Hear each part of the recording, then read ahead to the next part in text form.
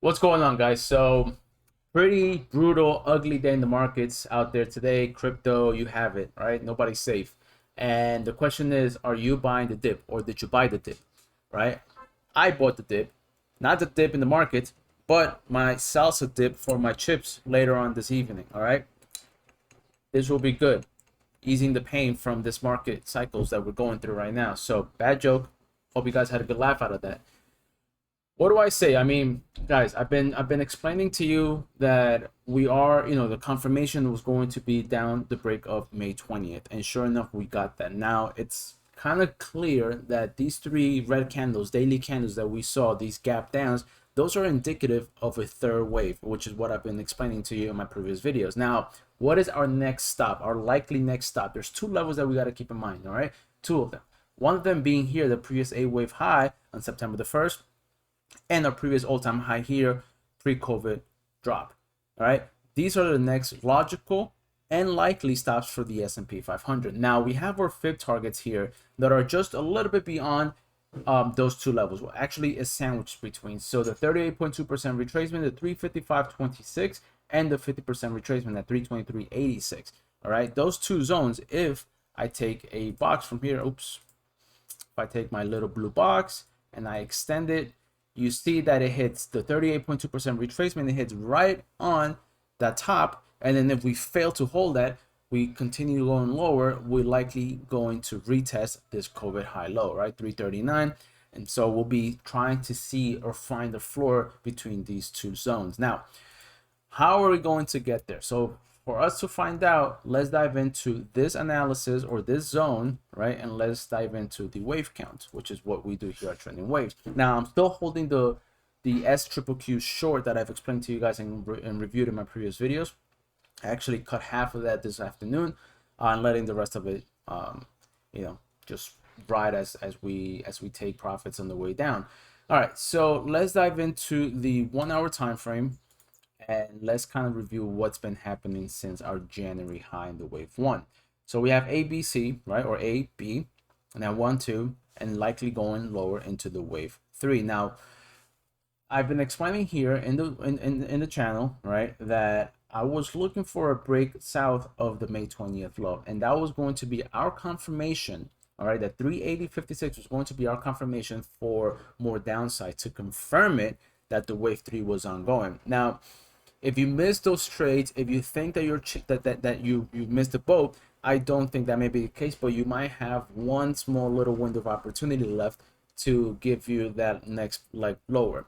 Now, I anticipate that maybe tomorrow we see a little bit more sideways consolidation into the wave 2, which I'm going to explain to you in just a second, leading into our Federal Reserve meeting minutes or meeting press conference and the minutes on Wednesday. So let's take a look at the 30-minute time frame and let's just quickly dive in or zoom into this structure here. So the way I'm looking at this, guys, and this is where I'm saying that you have a little bit of a window, because you have to understand one thing. Once we see the third wave, these type of acceleration gaps, right, which is not a good look, these are always going to be met with a very, very brief pullback, right? Whether it's going up bullish or lower into the bearish zone, you're going to have a very small opportunity when it pulls back and then heads lower. Now, tomorrow, given the fact that it's Tuesday before the Wednesday meeting, it is likely that we'll pull back a little bit, consolidate to the next leg lower into Powell. So likely that this is then the wave 1, all right, of 3,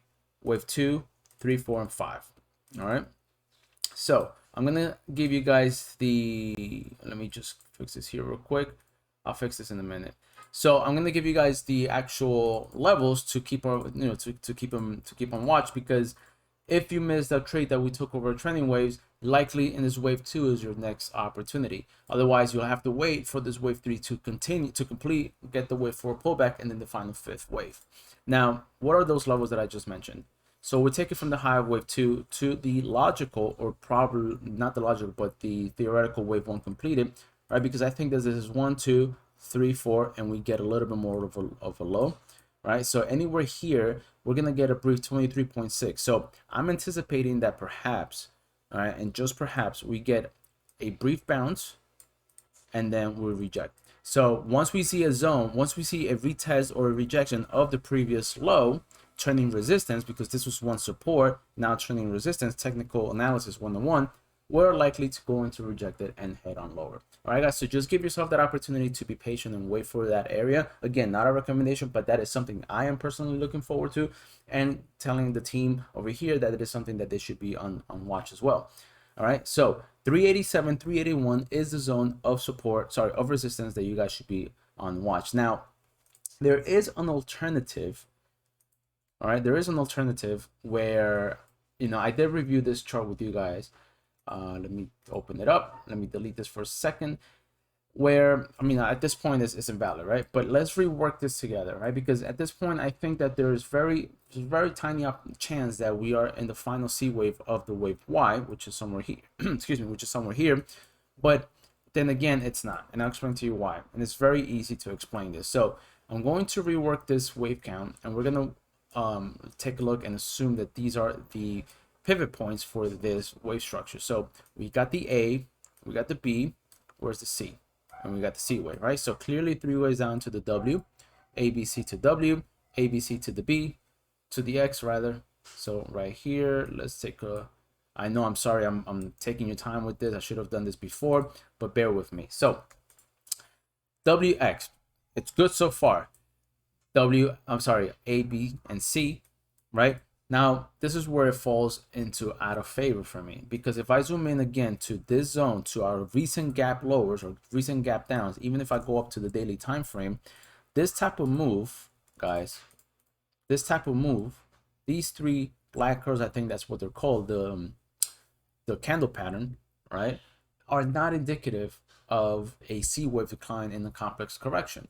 This is more of a third wave, the beginnings of the third wave, right? As you know, third waves are very aggressive in the markets, and you see when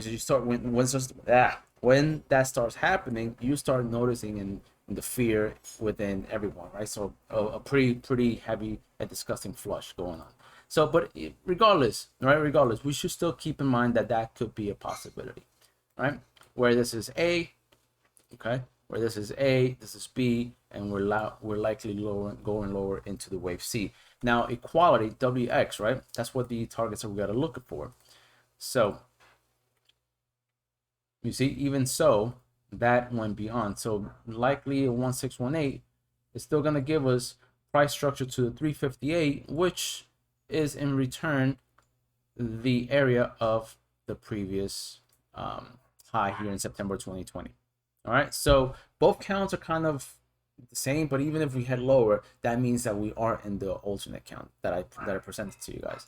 All right, so keep that in mind. Know your wave counts and know your fib relationships, as they are important when counting your wave structures. Over to the triple Q's ETF for the NASDAQ 100. Same deal, guys, same deal. Again, been going over this for a while now.